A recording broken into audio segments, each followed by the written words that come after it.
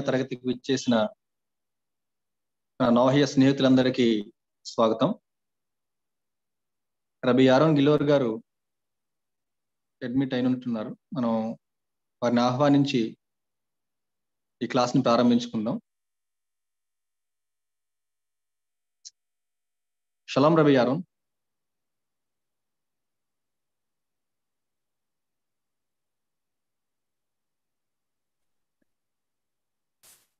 Shalom, shalom Yonatan Garu, shalom everyone.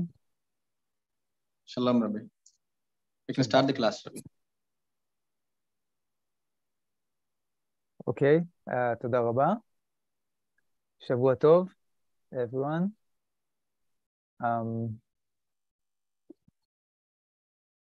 Okay, so Yonatan Garu, I guess I will have the honor for you to help me with the translation today. Yes, Rabbi. Yes, Rabbi. Today I'm going to translate. Okay, great. Okay, I don't remember if I think we had some questions last class, but I don't remember. I don't have it written down. There was one question, I think. One question I remember from last class was about how to do matching on our days, because we are learning the story of the matching of Yitzchak and Rivka, so I think that was one of the questions.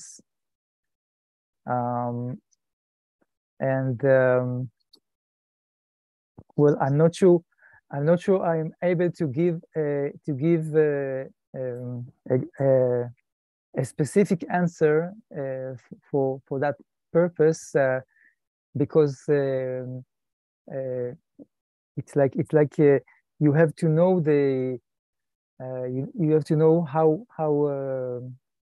the society looks like, what are the manners, what are the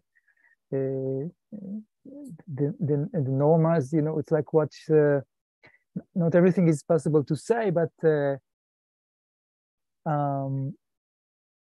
well, I think in any way, you know,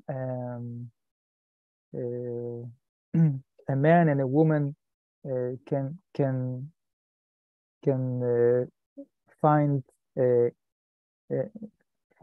and look for a partner. It might be okay. The challenges are to find a wife or a husband, a man or a woman that one can draw closer to, and to love, and to show love, and to show affection, and to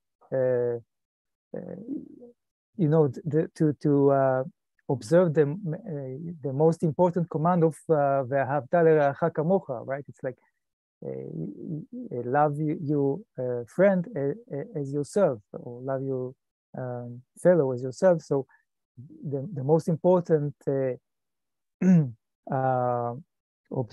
observing of this command is between a husband and a wife. So so if it's not that, if there is like something interrupting in the middle, it can be a problem.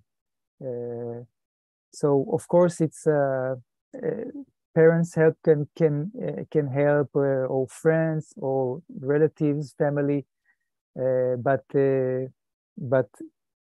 at the end, like as we see with Rivka, you know, Rivka is saying one word: I will go to. So it should be like it's something mutual, right?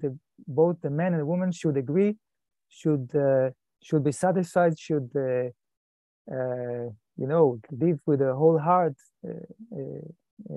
oriented to the other. So and of course, to find a righteous person with the right characteristic, values, virtues, but you know, as for the technical or practical matter, it's up to, you know, how it's what's the common thing in Adre about that in Andhra Pradesh. So I think maybe other people can answer this very well and more even more details than I can.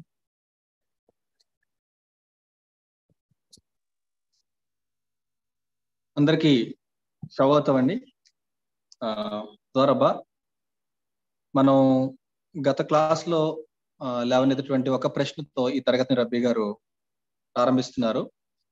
అయితే ఈ రోజుల్లో మనం ఏ విధంగా ఒక సంబంధాన్ని వెతకవచ్చు, అంటే వివాహ సంబంధాన్ని వెతికేటప్పుడు ఈ రోజుల్లో మనం దాన్ని ఏ విధంగా ముందుకు తీసుకెళ్లొచ్చు అనే ప్రశ్నకు సమాధానంగా రబ్బీ గారు ఈ విధంగా సమాధానం చెప్తున్నారు. అయితే ఈ విషయంలో నేను అంత ఖచ్చితంగా సమాధానం, ఒక నిర్దిష్టమైన సమాధానం ఇది అని చెప్పలేకపోవచ్చు. ఎందుకంటే నేనున్నటువంటి పరిస్థితులు వేరే, ప్రతి విధమైనది కూడా చాలా భిన్నమైంది కాబట్టి.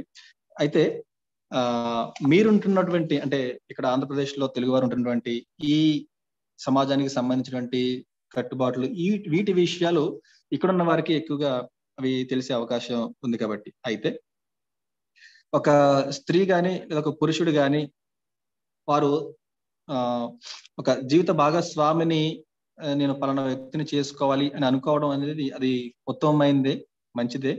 అయితే అది స్త్రీ విషయంలో అయినా పురుషుడి విషయంలో అయినా, అది అంటే భార్య విషయంలో అయినా, ఒక స్త్రీ భర్త కావాలనుకున్నా, లేదంటే ఒక పురుషుడు మనకి భార్య కావాలనుకున్నా కానీ, అయితే వారికి ఒక పెద్ద సవాలు అనేది వారి ముందు ఉంది. అది ఏంటంటే వారు ఒకరి పట్ల ఒకరికి ప్రేమ, అనురాగము, ఆప్యాయత అనేవి చూపించే వ్యక్తులై ఉండాలి. అందుకే ఒక చాలా ప్రధానమైనటువంటి ఒక ఆజ్ఞని వారు పాటించే వ్యక్తులుగా ఉండాలి. ఏంటి అంటే త్వరలో చెప్తున్నట్టుగా నిన్ను వలె నీ పొరుగు వారిని ప్రేమించుము అని త్వర చెప్తున్నట్టుగా, నీ పొరుగువారు ఎవరు అంటే అది తన జీవిత భాగస్వామి అని పెద్దలు వివరిస్తున్నట్లుగా, వారు తన పొరుగు వారిని, అంటే తను పెళ్లి చేసుకోబోయేటువంటి ఆ వ్యక్తిని వారు అంటే వారి పట్ల ప్రేమ, అనురాగం, ఆప్యాయత ఇవన్నీ కూడా పరిపూర్ణంగా కలిగి ఉండాలి అని రబ్బీ గారు వివరిస్తున్నారు. అయితే ఇటువంటి విషయాలను వెతికి పట్టుకోవడం అనేది నిజంగా ఒక సవాలు లాంటిదే. ఇక్కడ మనకి ఒక మంచి ఉదాహరణ మనం అధ్యయనం చేస్తున్న దానిలో భాగంగా, రెబ్కా గారు ఏ విధంగా అయితే నువ్వు వెళ్తావన్నప్పుడు, వారితో వెళ్తావన్నప్పుడు వెంటనే ఏ విధంగా అయితే ఐ విల్ గో, నేను వెళ్తాను అని చెప్పిన రీతిగా, ఇది ఈ ప్రేమ, ఆప్యాయత లేదంటే ఇష్టత అనేవి ఇరువురికి కూడా, ఇరుపక్షాలకి కూడా వర్తించే విషయం ఇది. అది ఇరువురు కూడా సంతృప్తి చెందాలి ఈ విషయాలన్నిటిలో కూడా. వారి పరిపూర్ణమైనటువంటి హృదయంతో, పూర్ణ హృదయంతో వారు ఎదుటి వ్యక్తిని ఇష్టపడే విధంగా వారు ఉండాలి. కాబట్టి ఒక అంటే చేసుకోబోయే వ్యక్తి నిజంగా ఒక మంచి విలువలు కలిగి, ఒక నీతిమంతుడైనటువంటి వ్యక్తి అయి ఉన్నప్పుడు వారికి ఆటోమేటిక్ గానే ఒక మంచి జీవిత భాగస్వామి దొరికే అవకాశం ఉంటుంది. అయితే ఇక్కడ మన ఆంధ్రప్రదేశ్లో ఉన్నటువంటి పరిస్థితులకు సంబంధించి ప్రత్యేకించి ఇక్కడి వారికైతే మరింత అవగాహన ఉంటుంది. ఈ విషయాలను ఏ విధంగా మనం ముందుకు తీసుకెళ్లాలి అనేది రబ్బీ గారు సమాధానంగా వివరించారు. తొదరబ్బా sir, please continue.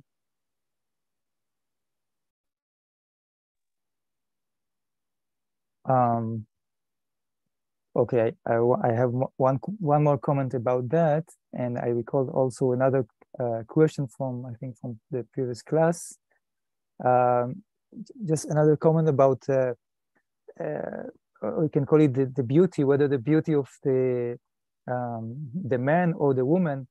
So as we said, there should be like a potential for mutual love between the man and the woman, right? It's that this is the basis, the foundation stone of a marriage, right?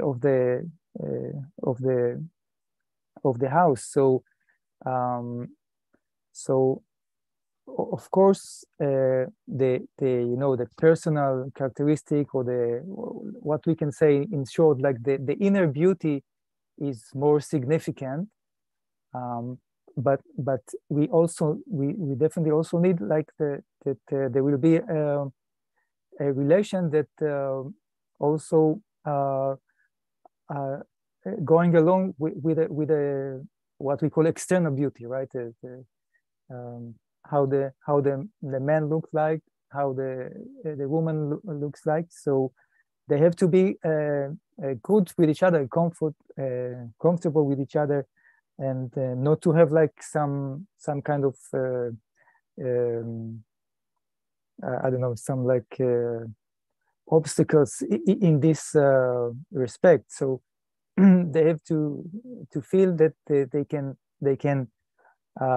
connect the inner beauty and the outer beauty of them, and live with that happily together. That's also an important point, because it will be if it's not the case, sometimes it can be some obstacle to the family life, to the life of man and woman, if they have some rejects in this context. So it's also another comment about that.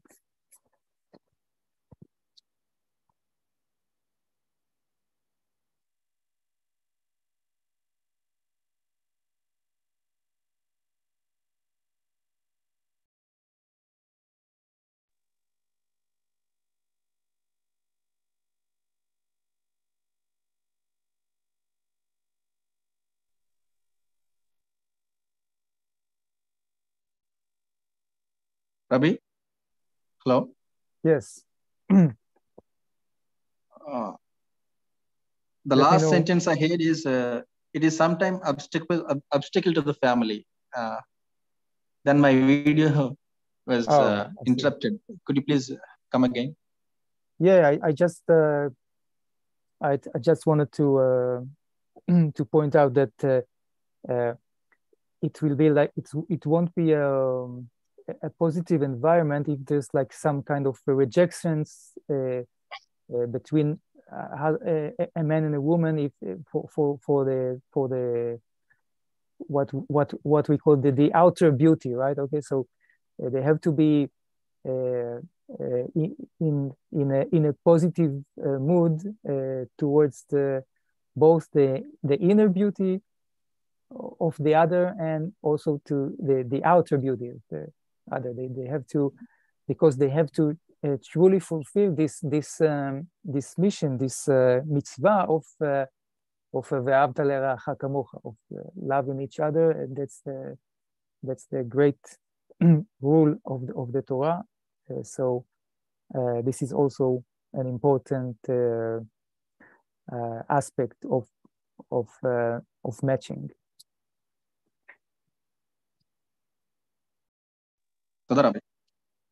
ఇంకొక విషయాన్ని, ఈ వివాహ సంబంధానికి సంబంధించి మరొక విషయాన్ని రబ్బీ గారు మన ముందుకు తీసుకుని వస్తూ ఒక ప్రశ్న ఏంటంటే, వివాహం ఏర్పరిచే విషయంలో, వివాహ సంబంధం కుదిర్చే విషయంలో, లేదంటే ఒక బంధం బలంగా ఉండాలి అంటే ఈ బాహ్యమైనటువంటి లేదా సౌందర్యం అనేది ఏదైనా ప్రధానమైన పాత్ర పోషిస్తుందా, అది దానికి చాలా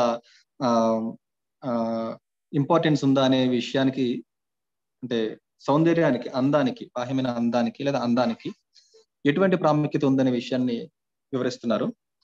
ఇక్కడ రబ్బీ గారు చెప్తున్నటువంటి విషయం ఏంటంటే, ఇన్నర్ బ్యూటీ అనేది చాలా, అంటే అంతః సౌందర్యం అంటాం కదా మనం తెలుగులో. అంతః సౌందర్యం అనేది ఒక వ్యక్తికి, అది స్త్రీకైనా పురుషునికైనా కానీ, అంతః సౌందర్యం అనేది చాలా ప్రధానమైనది. అయితే బాహ్య సౌందర్యానికి కూడా దాని స్థానం దానికి ఉంది. ఇప్పుడు ఈ స్త్రీ గాని పురుషుడు గాని వారికి ఉన్నటువంటి ఈ అంతః సౌందర్యం, ఈ బాహ్య సౌందర్యం, ఈ రెండిటితో కూడా వారిద్దరూ కూడా కనెక్ట్ అవ్వాలి.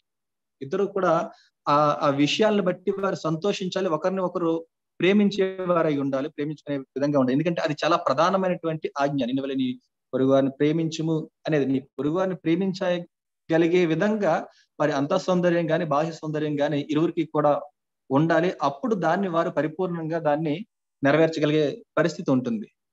అంతే తప్ప ఈ సౌందర్యం అనేది ఒక అడ్డంకిగా మాత్రం వారు ఒకరినొకరు ప్రేమించుకోవడానికి అడ్డంకిగా మాత్రం ఉండకూడదు. అది అంతః సౌందర్యమైనా లేదంటే బాహ్య సౌందర్యం. కాబట్టి ప్రతి రెండు విషయాలకి కూడా ఒక చాలా అంతః సౌందర్యానికి చాలా ప్రధానమైనటువంటి స్థానం ఉంది. అలాగే బాహ్య సౌందర్యానికి కూడా దాని పాత్ర దానికి ఉంది.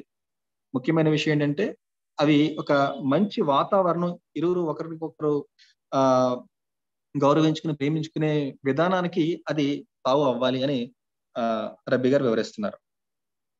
Please continue rabi.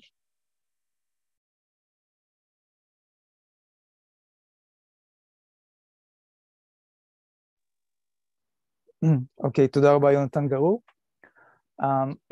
I recall another comment about question we had last week. Just a second, I try to share it.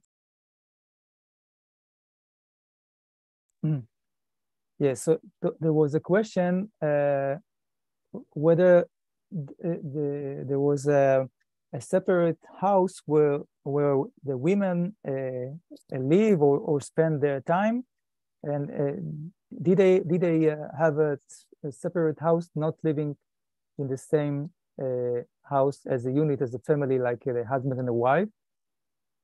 So in this respect, I wanted to share with you a verse from the Torah, from the speech of Bilam, who was the evil prophet, and he came to he was asked to curse Israel, and since he was like he had a true prophecy, so eventually what happened is that he blessed Israel, and in this speech where he blessed the people of Israel, it always depicted like he saw them from the mountain, from above. He saw the camp of Israel, the tents of the families of the tribes of Israel, and he said the following words in the book of Numbers. I think it's the book of Numbers, chapter 24. I'm not sure. It's verse number 5. He said, "How goodly are your tents, O Jacob, your dwelling place, O Israel." So I want to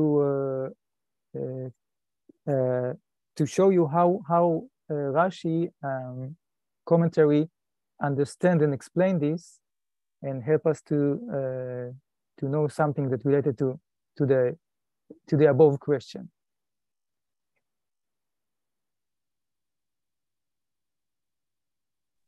okay, మరి ఒక ప్రశ్నని అంటే మన సభ్యులు లేవనెత్తిన మరొక విషయాన్ని రబ్బీ గారు మనం తీసుకుని వస్తున్నారు. అంటే స్త్రీకి ఒక ప్రత్యేకమైనటువంటి ఒక గుడారం లేదా గది లాంటిది, లేదా ఒక గుడారం లాంటిది, ఒక ఇల్లు లాంటిది ఉండాలని త్వర చెబుతుందా అనే విషయానికి రబ్బీ గారు త్వరలోని ఒక విషయం, అంటే సంఖ్యాకాండం 24వ అధ్యాయం 5వ వచనంలో బిలాము, అబద్ధ ప్రవక్త అయినటువంటి బిలాము ఇశ్రాయేలును శపించబడడానికి ఆహ్వానింపబడినప్పుడు అతను ఒక కొండ ఎక్కి ఈ విధంగా ఇశ్రాయేలును చూసి తన ఒక ఉపన్యాసం లాంటిది, లేదంటే కొన్ని మాటలు చెప్తున్నారు.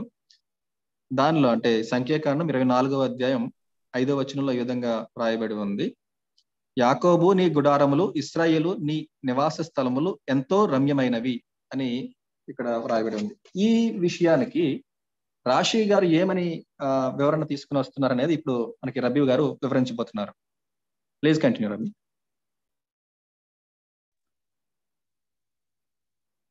Yes, so in the words of Rashi, commenting for this verse, for the words, how goodly are your tents, the beginning of the verse, he says, for he saw that the entrance were not facing each other. Okay, so what this means is it's like Bil'am looking from the top of the mountain, and down the mountain he see the camp of Israel with all the tents of the families, and he see what Rashi explained, that he saw that like the entrance to one tent is not like right in front an entrance to the tent on the opposite side. So it makes it so that they cannot see each other, right? From one tent to other tent, because it's not like the door is in a different location. It's so the point is they gain privacy, right? They have like a privacy. Each family has its own privacy inside her tent. It's not like it's not like easy to view from outside, because they took care that it's a different angle, right, for the door of the tent, for the entrance of the tent. And this means that they were concerned about a modesty, humbleness, and they have like their own privacy, and that actually that means that, like, of course the husband and wife were living together at the same tent, and that's why they need their privacy, and they need to not be too exposed, right? and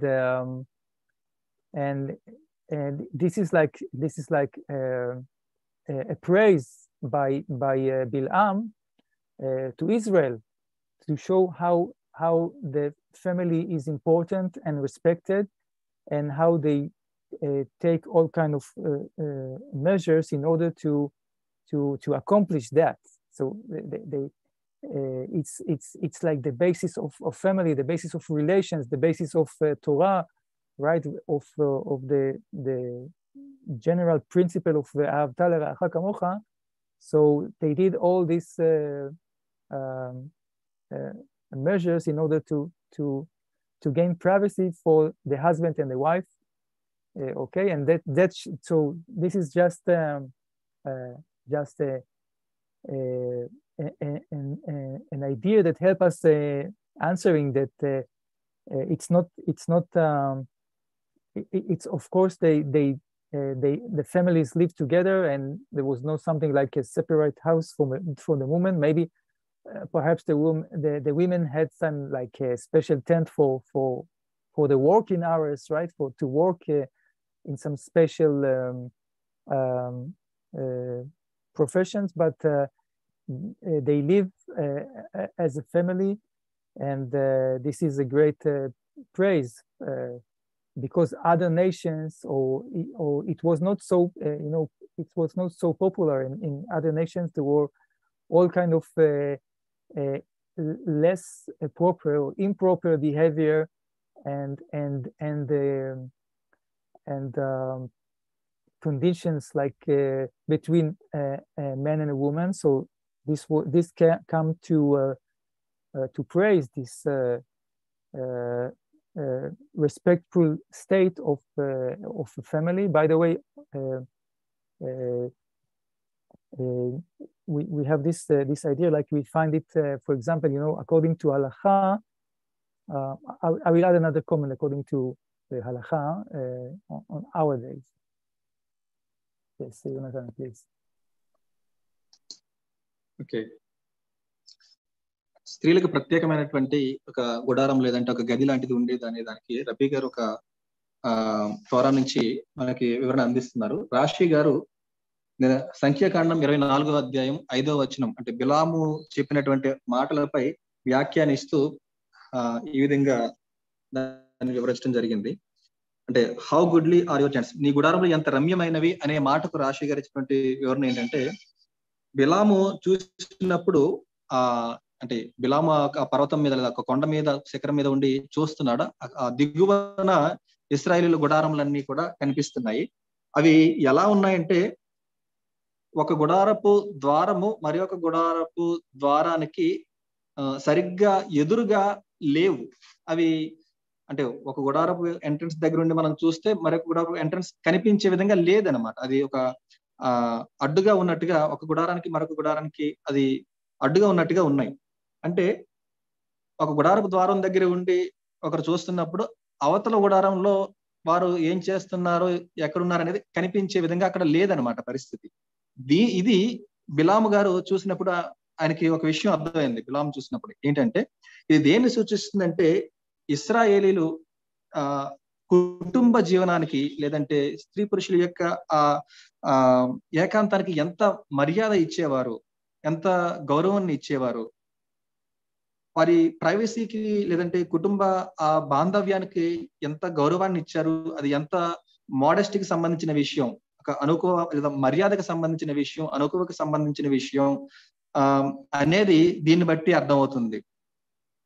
అయితే ఇక్కడ ఈ బిలాము పైనుంచి చూసినప్పుడు ఈ విషయం అంతా కనిపిస్తుంది అతనికి. ఒక గుడారం అది ఎదురు బదురుగా లేకుండా అవి అడ్డంగా ఉన్నట్టుగా ఉన్నాయి. ఒకటి నిలువుగా, ఒకటి అడ్డంగా, ఆ విధంగా ఉన్నాయి వాటి ఎంట్రన్సెస్ అనేవి. కాబట్టి ఇక్కడ స్త్రీకి ప్రత్యేకమైనటువంటి ఒక గది ఉందా, గుడారం ఉందా అనేటప్పుడు వారందరూ కలిసే జీవించేవారు. కానీ బహుశా వారు చేసేటువంటి పనిపాట్లను బట్టి పని ప్రదేశాలు వేరేగా, ఆ పని చేయడం కోసం వారు చేస్తున్న ప్రత్యేకమైన పనుల కోసం వర్క్ ప్లేసెస్ అనేవి వేరువేరుగా ఉండే అవకాశం ఉంది అని చెప్తున్నారు.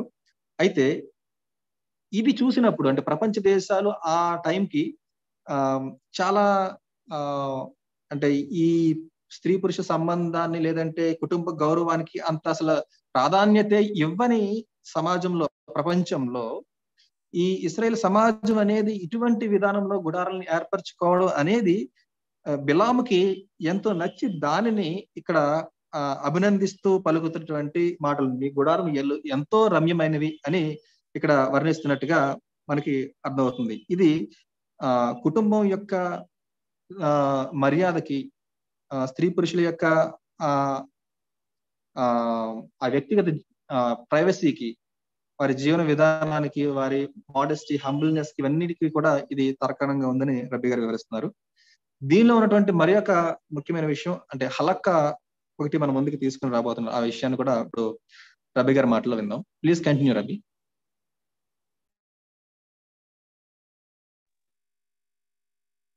תודה רבה. I wanted to give you just another small example from halacha for that purpose. You know that there is a halacha rule that a married woman covers her hair. She has like she puts a hair cover, a scarf, you know, to cover the hair, while an unmarried woman is not required to cover her hair. And this shows like the humbleness and modesty and of the family institution. And in addition, when a married woman is inside her house, so she doesn't have to wear the hair cover. She can just go around inside her house without the hair covering, with her husband and in the presence of her husband and children. So there's no problem about that. So you see this importance idea. It just reflects, you know, again the modesty and humbleness, and that and the importance of a relation between husband and a wife. It's like they have their own privacy. The whole family also have their privacy, and it's very important, as we mentioned, also for the previous question of like the love between the husband and the wife, and the privacy to have a righteous society. So this idea is also is found, for instance, in this halakha of the hair covering of a married woman.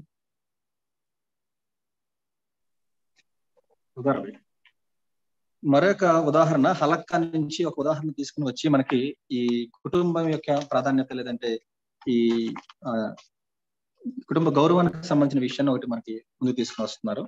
ఏంటంటే పెళ్ళైన స్త్రీ ముసుగు ధరిస్తుంది, అంటే తలకి hair ని cover చేసుకోవడం అనేది జరుగుతుంది. అదే పెళ్లి కాని స్త్రీలు అయితే వారు తలని కవర్ చేసుకోరు. అయితే ఇది దేన్ని సూచిస్తుంది అంటే వారి యొక్క అనుకువను లేదంటే కుటుంబ యొక్క ఆ మర్యాదని అది తెలియజేస్తుంది. ఇప్పుడు పెళ్ళైన స్త్రీ కేవలం సమాజంలోకి బయటకు వచ్చినప్పుడు మాత్రమే తన జుట్టును కవర్ చేసుకుంటుంది. ఇంట్లో ఉన్నప్పుడు తన భర్త ముందు, కుటుంబ సభ్యుల ముందు తను హెయిర్ కవర్ చేసుకోవాల్సినటువంటి అవసరం లేదు. కాబట్టి అది ఈ విషయం దేన్ని సూచిస్తుందంటే స్త్రీ యొక్క లేదంటే భార్యాభర్తల సంబంధం యొక్క లేదా కుటుంబం యొక్క ఆ మోడస్టీ, హంబుల్నెస్, ఆ అనుకువ, మర్యాద, ఆ వినమ్రత లేదంటే కుటుంబం యొక్క గౌరవం అన్ని విషయాలు కూడా దీనిలో ఇమిడి ఉన్నాయి. దీని ద్వారా ఒక రైటియస్ సొసైటీ అంటే ఒక నీతివంతమైనటువంటి ఒక సమాజాన్ని మనం చూడవచ్చు ఇటువంటి విధానాలని అనుసరించడం ద్వారా అనేది రబ్బీ గారు మన ముందుకు తీసుకుని వస్తున్నారు. Please continue rabi.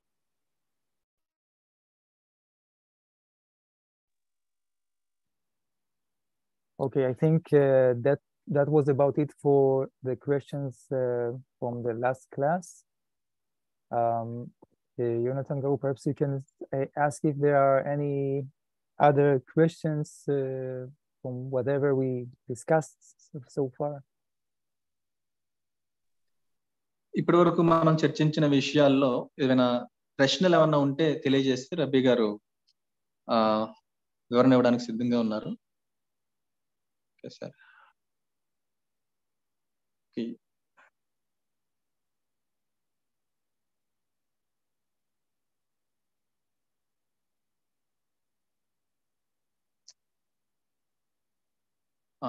Yakobi sir has a doubt.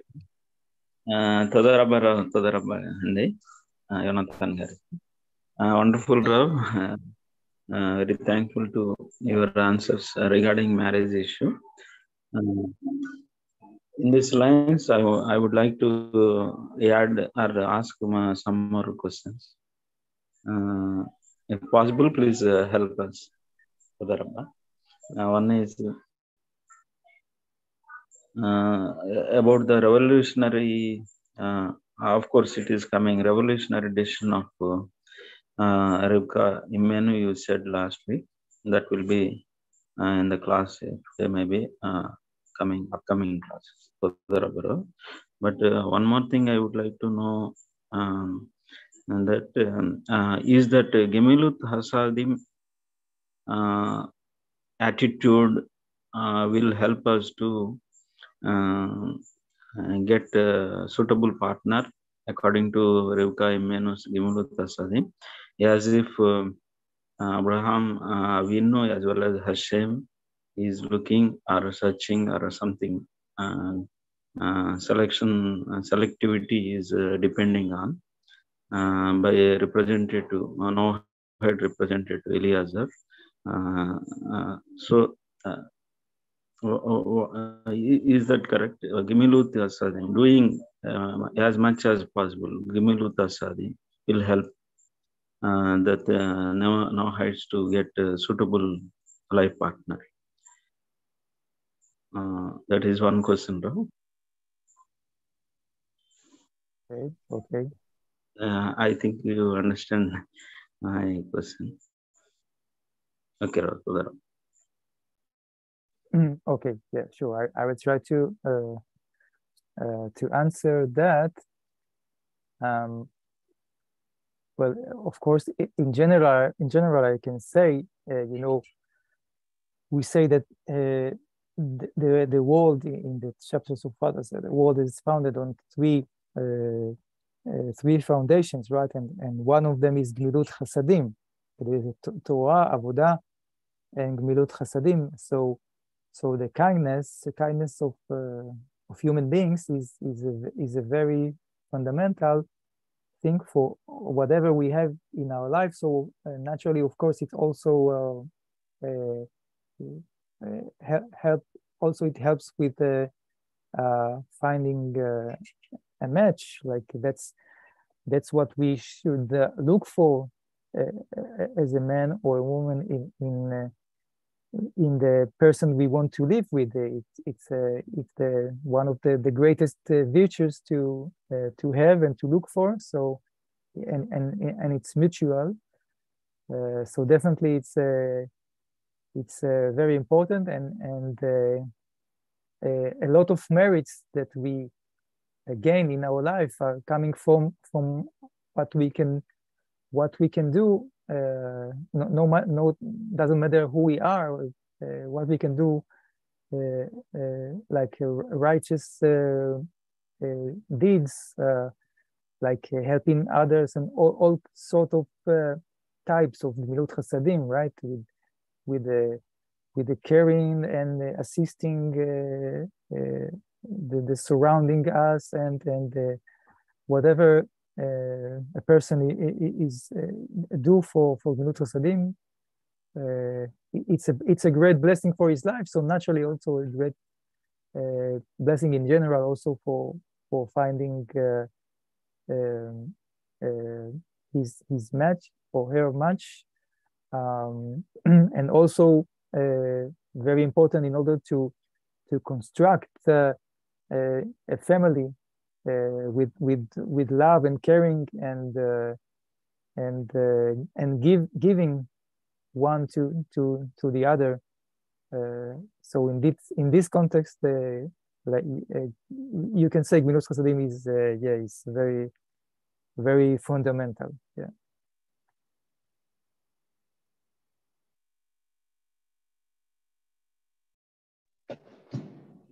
Rabi, ఇక్కడ డాక్టర్ యాకోబి గారు ఒక ప్రశ్న తీసుకుని వచ్చారు.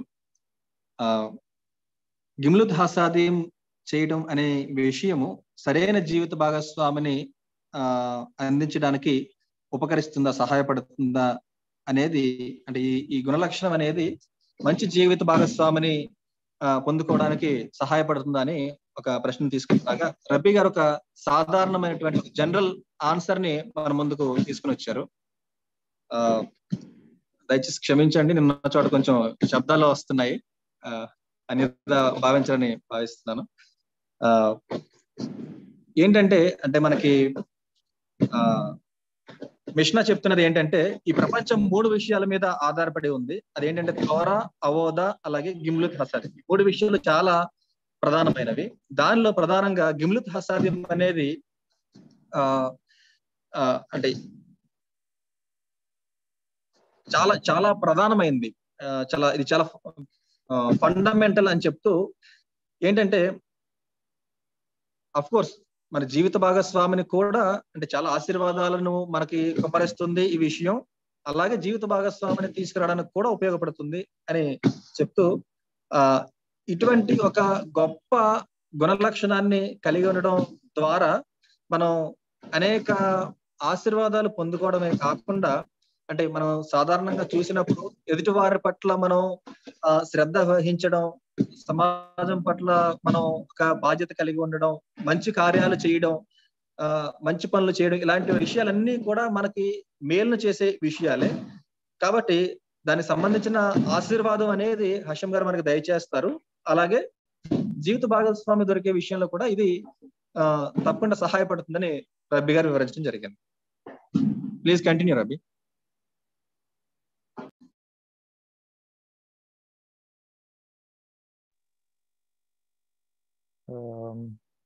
Okay, I can give a lot of examples of Gemilut Chasadim, but have to see if it's okay for Dr. Yacobi, or if was there any additional question? I didn't, I wasn't sure if he has another one.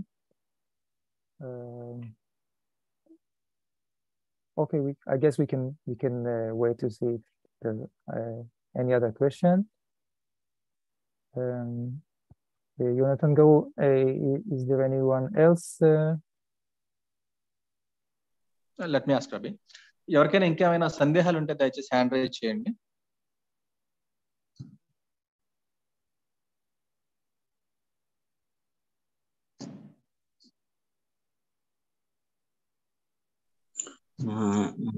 Slihara,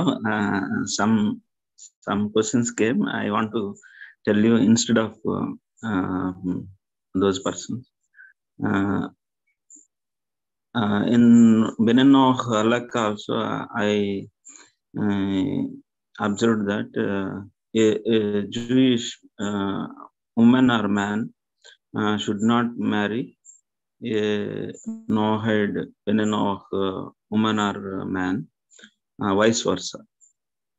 So, is there any specific sensitive issue is involved here, or in a general it says that? Why? Because instead of going for other idolaters, even Abraham Avinu recommending his own relationship. So he want to maintain a relationship. So in this regard, how can we understand? Please,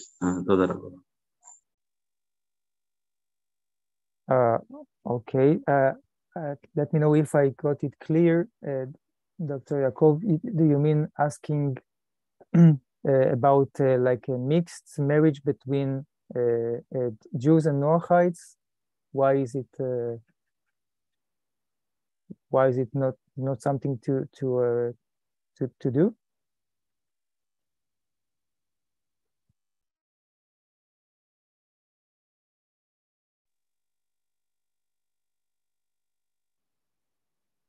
Okay, I can see Dr. Yaakov. If the question is why mixed marriage are forbidden, so between Jews and Noachites, it should be quite simple to figure out. We can say because it's like there should be, one path, one way of life selected, and it cannot be like you cannot have, or a family cannot have a dualistic way of life. So either a couple are Noachites or they're Jews, or and if there is like a case of relation between a Noachite and a Jew, so the solution is to convert to Judaism. There are many cases of non-Jews that they wish to marry a Jew, a Jewish woman or a Jewish man, and so in this case the only solution is conversion, because you have to like if one want to live a Jewish life, of course, right, and observe all commandments and Shabbat and kosher and everything, so he has to convert to run a Jewish house with all the halakha for Jews, and so it's either like either you have a couple that both are Noachites, the husband and the wife, but if one, let's say if one of them converted to Judaism, so it will be a problem for him to live like with a Noachite wife, or a Jewish a woman that converted to Judaism to live with a Noachite husband. It would be a problem for them. It would be impossible. So they have either both to convert or both to live as a Noachite. It's like in order to observe the path they choose. Okay, Rob. This is I am asking because someone from Israel called me and asking, is there any Noahide person to marry? And he says that he is the Orthodox Jewish person. So that's why I said it's halachically Beneno should not marry a Jewish person, Orthodox or something. I said that. Is it okay, Rob? My answer is okay. Yeah, for sure. Yeah, of course. It's not that, it's not that it's impossible. We, like, for example, even King Solomon, Amelech Shlomo, he married a non-Jewish wife, right? But it was according to the process of Gilor, right? So this wife of King Solomon, she went through the process of converting to Judaism and accepted Judaism, and she married him, right? So of course this can be possible to do, but your answer is perfectly correct. Yes.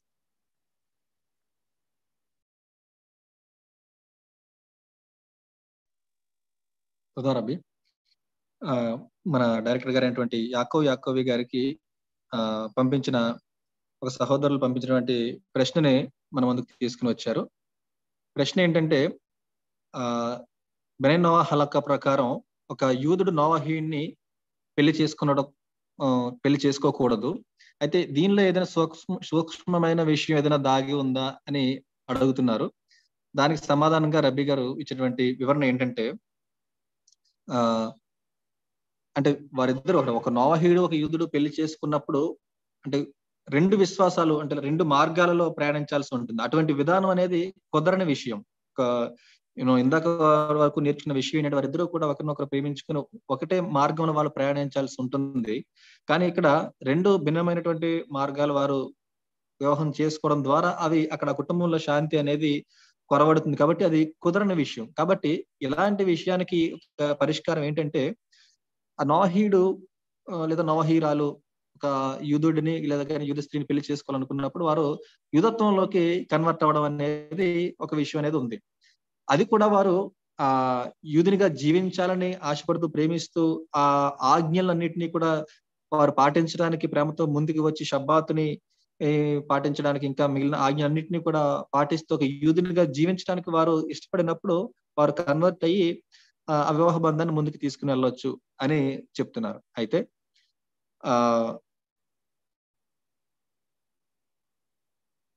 ఒకరు అంటే స్త్రీకి పురుషునికి అంటే ఇద్దరు నోవాహీయులకి పెళ్ళైన తర్వాత అందులో ఒకరు యూదత్వంలోకి కన్వర్ట్ అయ్యారనుకోండి. ఈ సందర్భంలో ఒకరు ఒక విధానంలో ఉండి మరొక విధానంలో ఉండడం కూడా ఇది కూడా చాలా అభ్యంతరకరమైనటువంటి లేదంటే ఇబ్బందిని తెచ్చే పరిస్థితి. కాబట్టి అక్కడ కూడా వారు ఒక మార్గాన్ని ఏదో ఒక మార్గాన్ని చూస్ చేసుకుని దానిలో ప్రయాణించాల్సినటువంటి అవసరం ఉంటుంది కుటుంబ శాంతి కొరకు అని చెప్తున్నారు. కాబట్టి ఇదే కారణం చేత ఒక యూదుడు మరియు నోవాహీల మధ్యటువంటి వివాహం అనేది ఎంకరేజ్ చేయట్లేదు అని హలక్కా ప్రకారం అనేది తీసుకుని రావడం జరిగింది. Please continue rabbi. Yakobi sir, మీకు ఇంకా ఏమైనా ప్రశ్నలు ఉన్నాయా?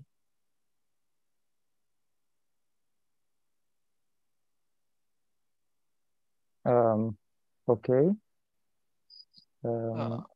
Just a second, Rabbi. I think yes. Dr. Yakovi has another question. Sure. Okay.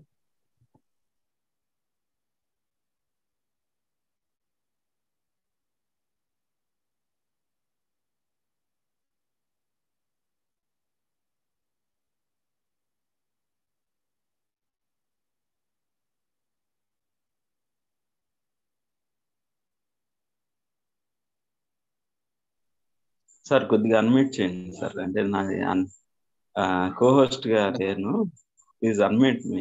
ఎప్పుడైతే హ్యాండ్ రైజ్ చేశాను కొద్దిగా సహకరించండి. ఓకే సార్, కుదరమ్మా? కోహోస్ట్ అయిందా సార్? ఓకే సార్, లేదా జస్ట్ అన్మ్యూట్ చేయండి సార్. Okay sir. ఏం లేదండి, just I want to make some announcements if possible. Okay రా? Yeah, sure, sure. תודה רבה. తొందర. అంటే కొన్ని ముఖ్యమైన అనౌన్స్మెంట్స్ చేయాలనే ఉద్దేశంతో ఒక 5 నిమిషాల పాటు ఈ సమయాన్ని కేటాయిద్దాము. అందరికీ షాలోమ్ అండి. మన ఈ బెరిత్ ఓలాం లేదా బెరెషిత్ క్లాస్కి ఇచ్చేస్తున్నారు అందరికి. ఇందులో అనేక ప్రశ్నలు రబి యారోన్ గిలోర్ గారిని మన త్వర పరాశ భాగంలో బెరెషిత్ భాగంలో అడిగి విశ్వాసంలో వారు ఎలా త్వరనే అర్థం చేసుకున్నారు అనే విషయాన్ని మనం తెలుసుకోవచ్చు. కాబట్టి ఇంకా ప్రశ్నలు కూడా పంపిస్తూ ఉండండి అన్నట్టుగా. అట్లాగే మనకి బేసిక్ హీబ్రూ కోర్సు 19వ బ్యాచ్ అలాగే హీబ్రూ నేర్చుకోవాలనే ఇంట్రెస్ట్ ఉన్నవారు డెఫినెట్ గా ఆ కార్డు పెట్టడం జరుగుతుంది, ఎప్పుడు తేదీ అది గమనించగలరు. అట్లాగే ఎరుషలేం టూర్ అనేది కూడా ఈ మధ్య కండక్ట్ చేయటం జరుగుతుంది. ఆసక్తిని బట్టి ఎవరైతే ప్రత్యేకమైన యాత్రగా దీన్ని గుర్తించాలి. ఎందుకంటే ఈ టూర్లో నోహిల్గా తాత్కాలికంగా శ్రీ ప్రకటన చేసిన వారు డెఫినెట్ గా అక్కడ కిబ్బులు న్యాయస్థానం ముందు పూర్తి నోహిలుగా అయ్యే ఒక వెసులుబాటు రబి యాకూబ్ గారి ద్వారా తెలుసుకోవటం జరిగింది. అవకాశం ఉంటుందనేది డెఫినెట్ గా స్త్రీ పురుషులు ఇద్దరు దానికి సంబంధించి ప్రిపరేషన్స్ కూడా జరుగుతాయి అని భావిస్తున్నాను. కాబట్టి డెఫినెట్ గా నీతిమంతులుగా మీరు ఎరుషలేం యాత్ర చేసి అక్కడ ఉన్న ప్రదేశాలను కళ్ళారా చూసి అదృష్టం ఉంటుంది. ప్లస్ ఈ పూర్తి నౌహేన్గా కూడా అక్కడ కిబ్బుల్ అనే కార్యక్రమాన్ని పూర్తి చేసుకుని రావటం చాలా హషేమ్ గారి ఆశీర్వాదాలు లేదా దీవెనలు మెండుగా ఉన్నట్లే ఈ టూర్లో నాకు తెలిసి. కాబట్టి మీరు చేయవలసింది అప్లికేషన్ పూర్తి చేయటము, అట్లాగే మీ దగ్గర ఉన్న పాస్పోర్ట్ ఉందా లేదా అనే విషయాలు అందులో పొందుపరచడం, లేని వారు వెంటనే పాస్పోర్ట్ పెట్టుకోవడం అలాంటివి చేయాల్సి ఉంటుంది. ఎక్స్పైరీ విషయంలో కూడా తగు జాగ్రత్తలు తీసుకోవాలి. దానికి సంబంధించి టూర్ డైరెక్టర్గా ఎం రవికిరణ్ గారు వారిని అపాయింట్ చేశారు కాబట్టి వారిని అడిగి అనేక విషయాలను తెలుసుకోవచ్చు. అలాగే మనకి నోహియ స్వీయ ప్రకటన, తాత్కాలిక నోహియ స్వీయ ప్రకటన చేయదలిచిన వారు డెఫినెట్గా వారికి కూడా అప్లికేషన్ ఉంటుంది. అది పూర్తి చేసి దానికి జతపరచాల్సిన అంశాలు ఆధార్ కార్డు కానీ వేరే ఇతరత్ర వివరాలతో కూడిన అంశాలు ఆ పేపర్ల మీద సంతకాలు చేసి ఇవ్వటం జరుగుతుంది ఇవ్వాలి. దాన్ని బట్టి వారు తాత్కాలిక నోహియ స్వీయ ప్రకటన అందరి ముందు చేసి ఈ క్లాసులో పాల్గొని అలాగే ప్రత్యేకమైన క్లాసులు హీబ్రూ నేర్చుకోవటం అనేది అవకాశాలు ఉంటాయి. అది ఉచితంగా చేయటం అనేది చాలా అద్భుతమైన విషయం. అట్లాగే బెనే ఎఫ్రాయిం ఇస్రాయల్ ఆర్గనైజేషన్, అందులో కూడా సభ్యత్వం తీసుకోవాలనుకునేవారు ఎవరైనా పర్వాలేదు, అది ఫలానా వారు అనేది లేదు. కాబట్టి అందరికీ ఆహ్వానం ఉంది. అందులో ముఖ్యంగా 5 అంశాలని ఎవరైతే ఆసక్తి చూపి అందులో పాల్భాగస్తులు, ఆ ప్రణాళికలో పాల్భాగస్తులు అవుదామని ఆశిస్తున్నారో వారు తప్పకుండా దానికి ఫీజు కూడా ఉంటుంది. కాబట్టి ఆ అప్లికేషన్ పూర్తి చేసి అది పంపించి దానికి తగిన ఫీజును కూడా సభ్యత్వ ఫీజు కట్టి సభ్యులుగా కొనసాగవచ్చు. ఈ విషయంలో ఈ బెనే ఎఫ్రాయిం సభ్యులుగా ఉన్నవారు చేరిన వారు ముఖ్యంగా 5 విషయాలు వారి మీద బాధ్యతగా తీసుకోవాలి. ఒకటి, హీబ్రూ భాష మాట్లాడటం లేదా నేర్చుకోవటం అనే విషయాలు. అది దైవ భాషగా దాన్ని గుర్తించి దాని పట్ల ఆసక్తి చూపడం అనేది చేయాలి, మాట్లాడుతూ ఉండటం అలాంటి విషయాలు, ప్రార్థనలు. తర్వాత ఇస్రాయేల్ దేశం పట్ల, యూదుల పట్ల ప్రేమభావం, ద్వేషభావం తొలగి ప్రేమభావాన్ని పెంపొందించుకోవాలి. వారికి సహాయ సహకారాలు అందించడానికి ముందుకు రావాలి. అట్లాగే తదుపరి అంశంగా 3వ దేవాలయము కట్టబడటానికి మన వంతు సహాయం. ఆ నేపథ్యంలో మనకి రబీ ఖాయం రీచ్మన్ గారు కూడా క్లాసులు చెప్పడం జరిగింది. వారి ఆరోగ్య పరిస్థితి కూడా కుదుటపడాలని, పూర్తిగా ఆయన స్వస్థత పొందాలని ప్రార్థించాలి.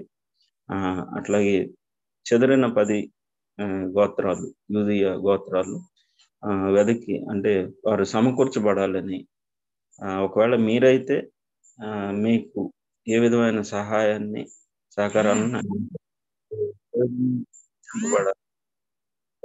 లేదా మీరు ఎవరన్నా ఈ చెదరని యూదులు అని గమనించినట్లయితే వారికి మీరు ఎలా సహకరించాలి? ఇశ్రాయేలు దేశంతో కనెక్ట్ అవటానికి ప్రత్యేకమైన రబ్బీలు, దానికి సంబంధించి కొన్ని సంస్థలు ఉంటాయి కాబట్టి వారితో కనెక్షన్ ఏర్పాటు చేయడంలో మీ సహాయ సహకారాలు అందించాలి.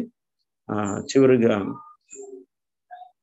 ఈ తోరా స్టడీ అనే విషయంలో తోరా జ్ఞానాన్ని పెంపొందించుకుంటూ నోహులైతే నోహీలుగా, అట్లాగే అన్ని జనాంగం అయినప్పటికీ ఈ సృష్టికర్త అడుగుజాడల్లో మార్గదర్శకత్వంలో తోరా జ్ఞానాన్ని పెంపొందించుకునే, సముపార్జించే కార్యక్రమాల్లో సహకరిస్తూ ఇష్యూ స్టడీస్ లేదా మిగతా ఇతరత్ర కార్యాలకి మీ వంతు సహాయాన్ని అందించవలసిందిగా కోరుతున్నాం. కాబట్టి ఈ 5 బాధ్యతలు ముఖ్యంగా ఈ బెనే ఎఫ్రాయిం సభ్యత్వం తీసుకునేవారు బాధ్యతగా చేయవలసి ఉంటుంది. కాబట్టి ఆసక్తి ఉన్నవారు డెఫినెట్ గా దాంట్లో చేరి హషేం గారి ఆశీర్వాదాలను పొందవలసిందిగా కోరుతున్నాం.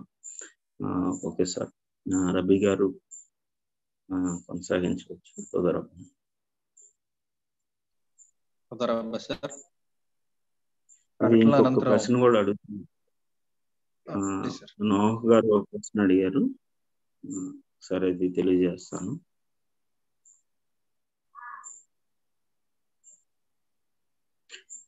తోరా ప్రకారము కట్నం అనే వ్యవస్థ, కట్నం తీసుకోవడం అనే వ్యవస్థ అది సరైందేనా లేదా, దాని గురించి అది ఒకసారి ఎక్స్ప్లెయిన్ చేయండి. ప్రకటనల అనంతరం అందరికీ మరొకసారి బెరెషిత్ అధ్యయన తరగతికి స్వాగతం. Rabbi, we can continue our class. There is a question in the chat by Mr. Noah Garu. Is dowry system allowed according to Torah?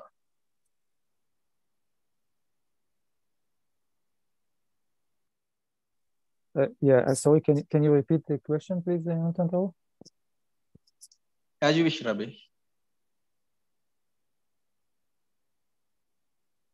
I didn't As you get, wish, Rabbi. Yeah, you said there was another question by Noah. Yes, Rabbi. Yes, Rabbi. In the chart, it is in the chart. Okay. Let me see.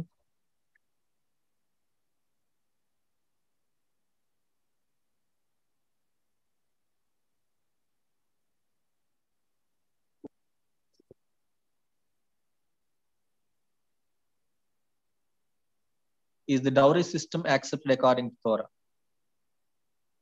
That is the question, I think.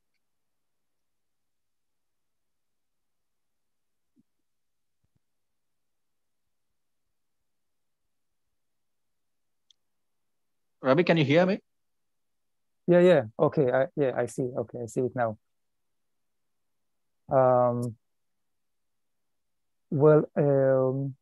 Okay. If the question is about the Torah, so indeed we find this in the Torah.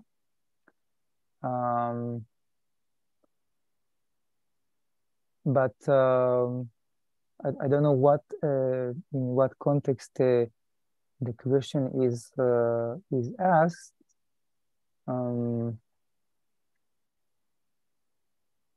So there could be dowry. Actually, maybe we can see it here in our story, right? Of Eliezer that goes on this journey to take Rivka for Yitzchak. So we see all the presents, right? He give them. It's, by the way, it might be, you know, something that is already present before the Torah, right? It's maybe, you know, it's I believe this tradition of dowry can be found in even more ancient cultures. So it's like even like for you know, for Bnei Noach, once the relations between men and women are like founded and were like officialized, so-called. So this might be part of it. So the Torah just you know, sometimes not inventing new traditions, but like maybe only directing new traditions in the well, according to halacha, it's not like something that is mandatory. Like according to pure halacha today, you know, it's like marriage is like a contract between husband and a wife, and the husband take upon himself this commitment to support his wife, to help all the needs of the household and the needs of his wife. This is what the husband and wife sign, to be faithful and live together. But this is I can maybe I can look for some sources to bring more details about this tradition of dowry system, and if there is a specific question for this system in whether for Noachites or in Al Pradesh, so please also be welcome to raise. Actually, demanding dowry by male from women is very prevalent and almost mandatory in India, and especially in Andhra Pradesh among Hindus and all religions, Rabbi. That is the motivation behind asking this question, I think.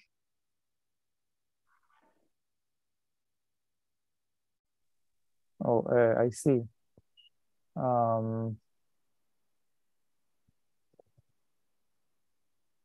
Yeah, so I wouldn't say it's like I wouldn't say it's like something that is crucial or a must. We can learn together. You know, I think there is a chapter for marriage or for family in the Noachide Shulchan Aruch in the Brit Shalom book. We can learn some passages from the book about regarding that. I think that the main thing is the commitment of the husband to his wife to support financial, economical. It's like the commitment to support the needs of his wife. It's true that in Judaism there's this idea of ketubah. Ketubah is like the name of this contract of marriage. So the name of marriage contract is ketubah, and in this contract it's like it's common that the husband is taking a commitment to some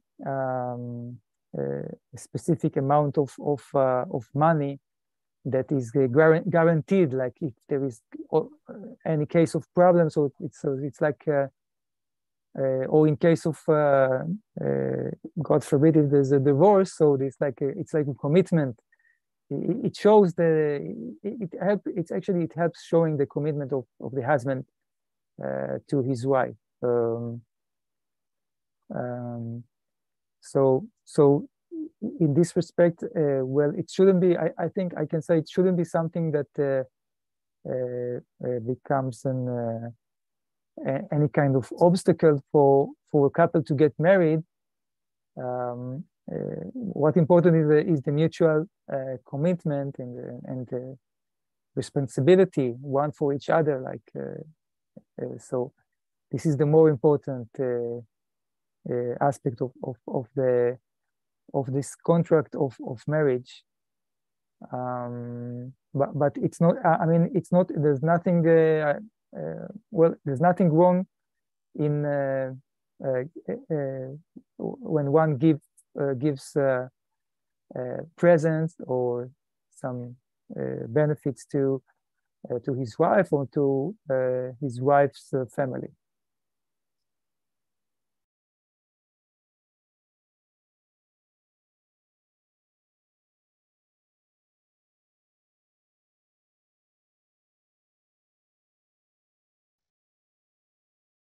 okay, కట్నం తీసుకోవడం లేదా కట్నం తీసుకోవడం లేదా కట్నం అడగడం అనేది తోరా ప్రకారం చెల్లుబాటు అయ్యే విషయమేనా అనేది, తోరా ప్రకారం చెయ్యొచ్చా అనేది నోహ్ గారు అడిగిన ప్రశ్నకు రబ్బీ గారు సమాధానం చెప్తూ ఈ విధానం కట్నం తీసుకోవడం అనేది లేదంటే ఓలి ఇవ్వడం అనేది, అంటే స్త్రీకి మనం ఎదురు ఇచ్చినప్పుడు దాన్ని ఓలి అంటాం తెలుగులో, పురుషుడికి స్త్రీ ఇస్తే దాన్ని మనం కట్నం అని చెప్తాం. ఈ విషయాలు అనేవి తోరా కంటే ముందే ఉన్నాయి. తోరా ఇశ్రాయేలుకి ఇవ్వడానికంటే ముందే తోరా ఇశ్రాయేలుకి ఇవ్వబడడానికంటే ముందే ఇలాంటి విషయాలు, ఇలాంటి సాంప్రదాయాలు అనేవి ప్రపంచంలో ఉన్నాయి. తోరా ప్రత్యేకంగా ఈ కట్నం ఇవ్వాలి, ఓలి ఇవ్వాలనేటువంటి ఈ సాంప్రదాయాన్ని తోరా ప్రవేశపెట్టట్లేదు ప్రపంచంలో కొత్తగా. ఇది ఆల్రెడీ ముందే ఉన్న విషయాల్ని అవి ఇంకా ఇప్పటికీ వస్తున్నటువంటివి. దాన్ని తోరా ప్రత్యేకించి దాన్ని ఖండించిన పరిస్థితి ఏమీ లేదు. కానీ ఇక్కడ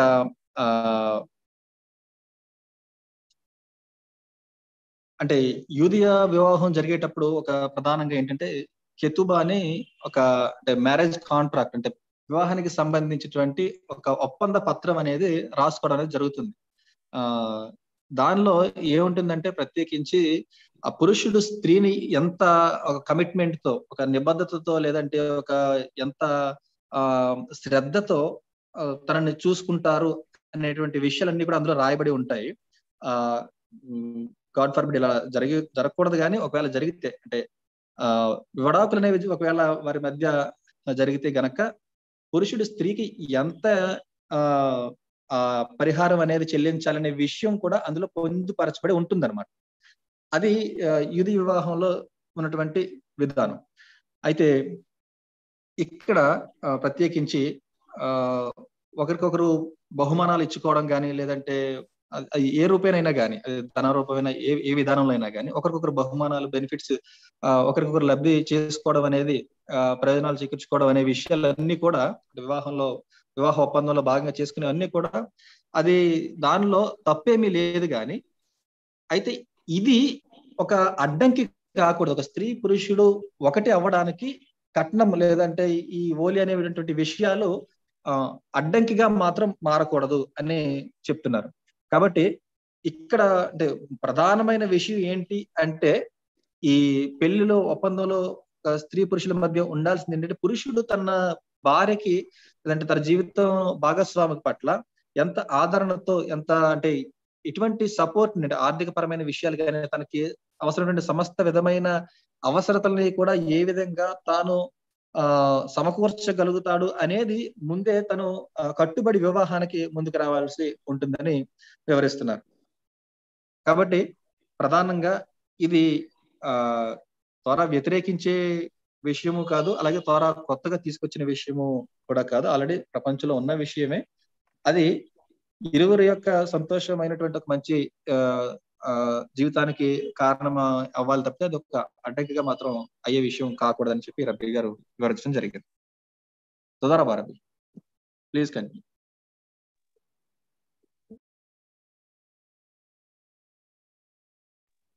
Okay, תודה רבה יונתן גאור.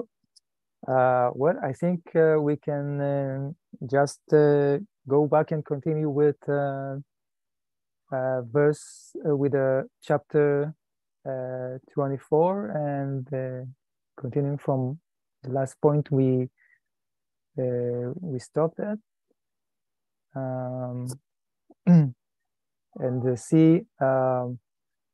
what we can get. We didn't we elaborated a lot about many topics today, so and it's fine because we're dealing with family issues, with the relation with matching, so it's perfectly fine.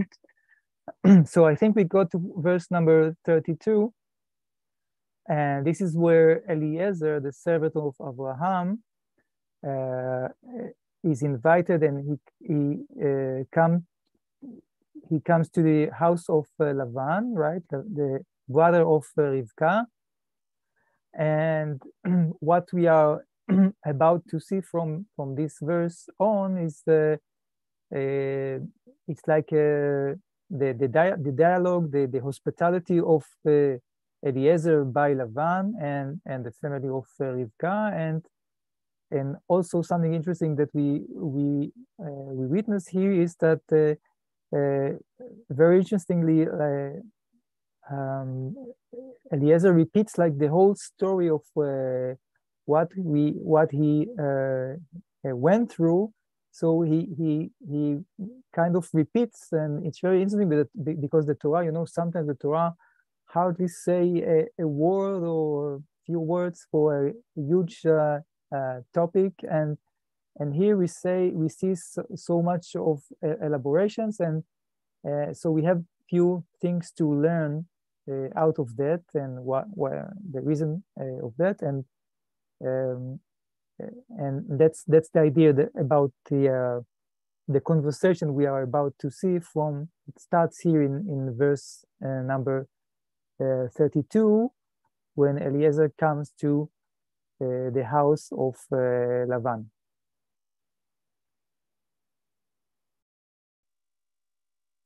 మనం చాలా ప్రశ్నలు ఇవాళ మనం చర్చించడం జరిగింది, కుటుంబం గురించి, అలాగే వివాహ సంబంధం ఏర్పరిచే విషయాల గురించి. అంతా మంచిదే. అయితే ఇప్పుడు మనం తిరిగి మన అధ్యయనంలోనికి వెళ్దాము. ఆదికాండం 24వ అధ్యాయం 32వ వచనం వరకు రావడం జరిగింది. ఇక్కడ ఎలియాజర్ గారు, అంటే అబ్రహాం గారి యొక్క సేవకుడైన ఎలియాజర్ గారు లాబాను ఇంటికి వెళ్ళడం, అక్కడ రివ్కా గారు, లాబాన్ గారు వారి యొక్క ఆతిథ్యాన్ని స్వీకరించి వారికి జరిగిన విషయం అంతా కూడా, అంటే ఎలియాజర్ గారు రివ్కా గారిని చూసేంత వరకు జరిగిన విషయం అంతా కూడా, అబ్రహాం గారు ఏ విధంగా పంపించారు, ఈ విషయాలన్నీ కూడా మళ్ళీ తిరిగి జరిగిన విషయాన్ని మళ్ళీ అంతా కూడా మళ్ళీ వివరించి చెప్పడం అనేది జరుగుతుంది. మనకు తెలుసు, త్వరా ఒక విషయాన్ని రెండోసారి చెప్పడానికి చాలా సందర్భాల్లో అది తిరస్కరిస్తుంది. అంటే ఎక్కువ స్పేస్ ఇక్కడ ఇవ్వడం జరిగింది. జరిగిన విషయాన్ని మళ్ళీ ఒకసారి పునరావృతం చేయడానికి, అంటే ఒకసారి నెమరు వేయడానికి, జరిగిన విషయాన్ని తెలియజేయడానికి. ఇది అంతా కూడా అంటే ప్రాముఖ్యమైనటువంటి విషయం అనేది దీన్ని బట్టి మనకి అర్థం అవుతుంది. సో ఇప్పుడు ఎలియాజర్ గారు లాబాను దగ్గరికి వచ్చి వారి ఆతిథ్యం స్వీకరించి వారితో మాట్లాడడం జరుగుతుంది వచ్చిన పని నిమిత్తం. దాన్ని ఇప్పుడు మనం అధ్యయనం చేయబోతున్నాం. Please continue rabbi.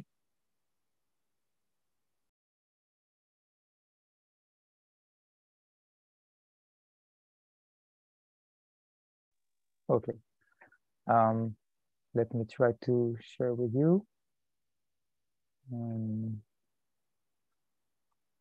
Okay, I will share. In the meantime, let's try to figure out the words of Eliezer. So we got to verse number 32. Let me try to share it. Okay, I hope you can see it. So, as it states, so the man came to the house, and unmuzzled the camels, and he gave straw and fodder to the camels and water to wash his feet and the feet of the men who were with him. Okay.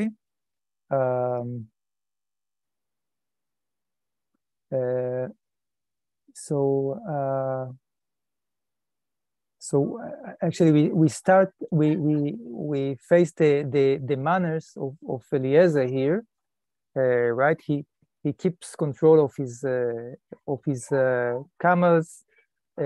He take care of them and take care for his people, and we see that he doesn't even eat anything, right? In the next verse 23. So it shows us the manners, the good manners of Eliezer.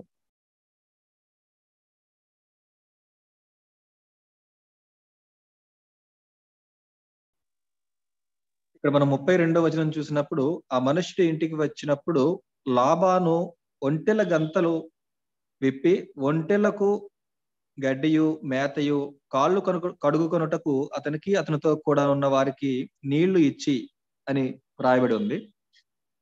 అంటే ఇక్కడ Eliezer గారు తన ఒంటెలకు లేదంటే తనతో ఉన్నటువంటి పనివారిని ఏ విధంగా ఆయన మేనేజ్ చేస్తున్నటువంటి వారి మీద కంట్రోల్ ఎలా ఉందనేది మనకి అర్థమవుతుంది. వారి పట్ల మంచి ఆదరణ కలిగి ఉన్నారని మనకు తెలుస్తుంది. అంటే ఇక్కడ ఎలియాజర్ గారి యొక్క సంస్కారం అనేది ఏంటో మనకి తనకున్నటువంటి ఆ గుడ్ మేనర్స్ ఏంటనేది మనకి అర్థమవుతుంది. Please continue Ravi. Yes, okay. And I will just jump to the next verse number 24, to stress some interesting point here. So the first introduction of Eliezer to the people of Rivka's family is here in verse 34, and he said, "I am Abraham's servant," and that is quite interesting because what we know about Eliezer, what we see is that he is a great man. He is very impressive. I mean, he is very rich. He has like this great delegations of people with the camels and the golden wings and ornaments, right? And all the presents he already gave to Rivka. And with what we see as great humbleness, he says what his like official description, the servant of Abraham. ఇక్కడ వారు భోజనం చేసిన తర్వాత 34వ వచనం కొంచెం మనం ముందుకు వెళ్తే ఎలియాజర్ గారు ఈ విధంగా పరిచయం చేసుకుంటున్నారు. నేను అబ్రహాము దాసుడను అని చెప్తున్నారు. తన గురించి తాను చెప్పుకుంటూ నేను అబ్రహాము దాసుడని అని చెప్తున్నారు. అంటే ఇక్కడ మనకి ముందు తెలుసు ఎలియాజర్ గారు రెబెకా గారిని చూసిన తర్వాత ఈమె ఏర్పరచబడినటువంటి ఆ స్త్రీని గుర్తెరిగిన తర్వాత ఆవిడకి ఉంగరాలు, కడియాలు, ఇలాంటి బంగారు ఆభరణాలు ఆవిడకి బహుమానంగా ఇవ్వడం తెలుసు మనకి. తర్వాత తనతో పాటు ఉన్నటువంటి వచ్చిన పరివారము ఇవన్నీ కూడా వారు చూస్తున్నారు. ఎలియాజరు వారి కుటుంబం, లాబాను వారి కుటుంబం చూస్తున్నారు. చూసినప్పుడు చాలా మర్యాదస్తుడు లేదంటే ఉన్నతమైనటువంటి అంటే మర్యాద కలిగినటువంటి వ్యక్తి అని అర్థమవుతుంది. అటువంటి వ్యక్తి ఇప్పుడు ఇక్కడ ఏమని పరిచయం చేసుకుంటున్నారంటే నేను అబ్రహాము దాసుడని అని పరిచయం చేసుకోవడం జరుగుతుంది. Ravi.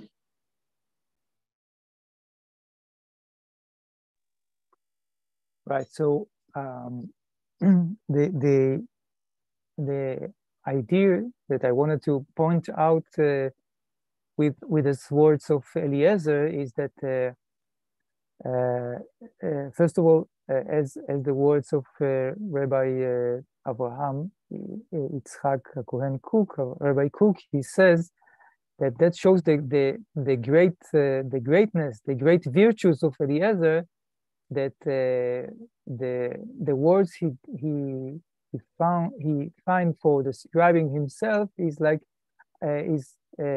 Abraham's servant, and it shows the humbleness because he was the chief household. He was like the when like today when you have like the great manager who run all the whole business, right? The chief officer, something like that. And he says it's Abraham's servant. That also shows perhaps the greatness of Abraham as well. That if Abraham's servant is so wealthy and rich, respected person, so of course Abraham, his master, will also be even much more than that. But another point is to show that in those ancient times, actually servant was sometimes something very, very how to say, not respected, right? Very well. Imagine how was it? It's in India, in Andhra Pradesh, 3,000 years ago. When you speak about servant, it's there was and all around the world there was like a slavery. So servant was something not quite unrespected, right? It's even more than unrespected. It's worthless in respect with their rights, with the human rights and all the modern ideas that we have. But we see that in the time of Abraham, being a servant was something very respected. It's it was more than being like a chief officer of a company in our days. He was controlling a great budget and runs many people and very much respected by everyone. And that shows the respect of the idea of servant. It was today we don't have the system of servants because the negative side of the slavery was something that people fought against and to eliminate. But in the time of Abraham, it was not servant was not like being a slave in a negative perspective. It was like the opposite. It was he had rights, he had a position, and that's something that is really maybe it was even better than nowadays, that we have people are free from one hand, but from the other hand they have employment agreement. They are they have rules of employment, and sometimes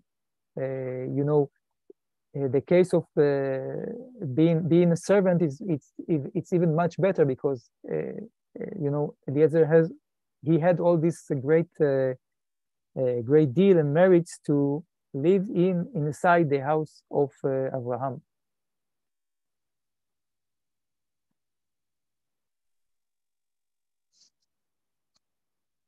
okay, ఇక్కడ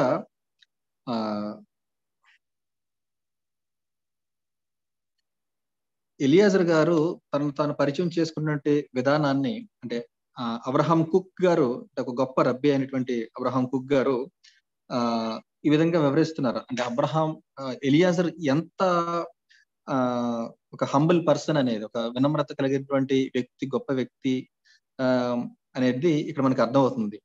వాస్తవానికి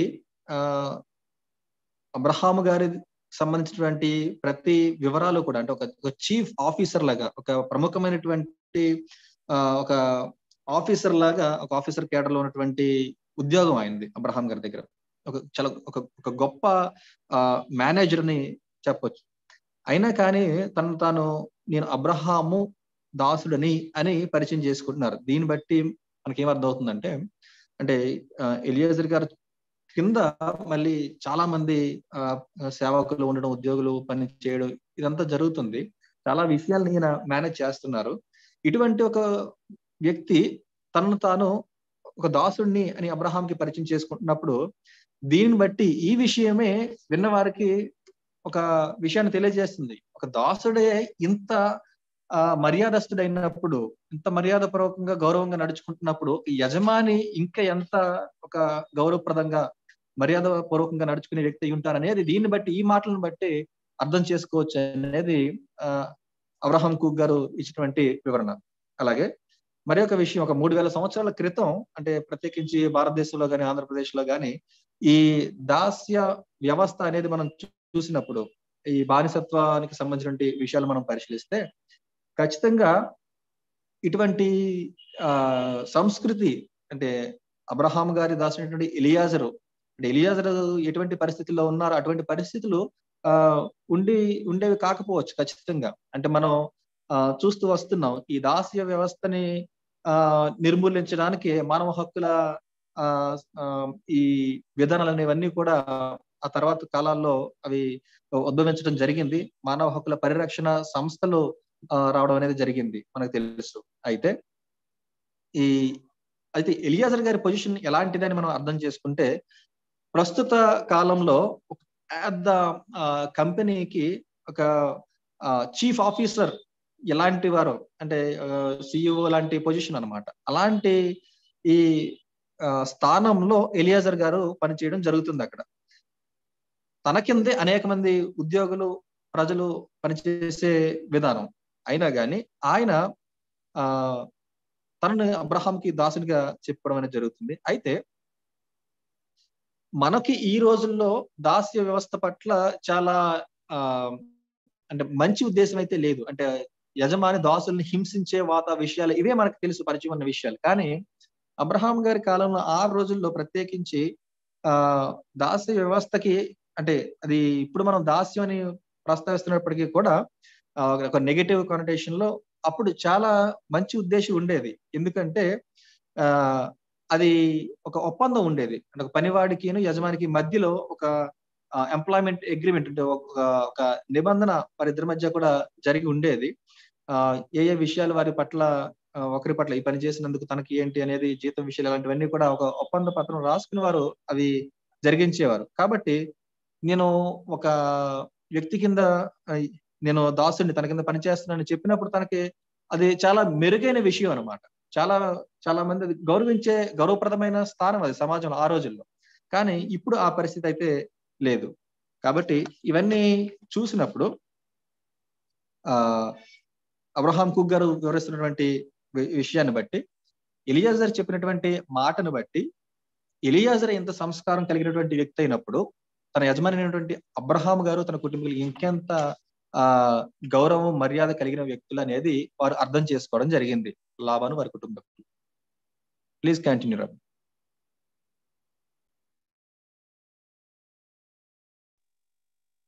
Okay, תודה רבה יונתן גאור. I think we already ran out of time for class, so I want to wish everyone שבוע טוב, and תודה רבה, thanks for all the questions and the positive interaction. It's great to hear questions. We got actually more questions from people that we wanted to have also some answers from Rabbi Shirky, so we will update also about that. And I wish all Shavua Tov, happy good week, and see you next week in next class. Rabi అందరికీ కూడా, అంటే మనం ఇప్పటికే సమయం చాలా దాటి మనం వచ్చేస్తాం కాబట్టి ఈ క్లాస్ ని ఇక్కడతో ముగించుకుందాం. ప్రశ్నలు అడిగిన వారు అందుకే కూడా సోదారబా చెప్తున్నారు. ఇలా ప్రశ్నలు అనేకం అడిగినప్పుడు మన రబి షేర్కి గారి ద్వారా కూడా మనం అనేక సమాధానాలు తెలుసుకుని అందించడం అనేది జరుగుతుంటుంది. కాబట్టి ప్రతి ఒక్కరికి కూడా ఈ తరగతికి హాజరైన వారందరికీ కూడా షవాతో చెప్తున్నారు. మనం హషం దయ వల్ల వచ్చే క్లాస్ లో మరొకసారి మనం కలిసి మన అధ్యయనాన్ని కొనసాగించవచ్చని తెలియజేస్తూ అందరికీ కూడా తొదారబా చెప్తూ సెలవు తీసుకున్నారు. తొదారబా rabbi. Thanks for wonderful class.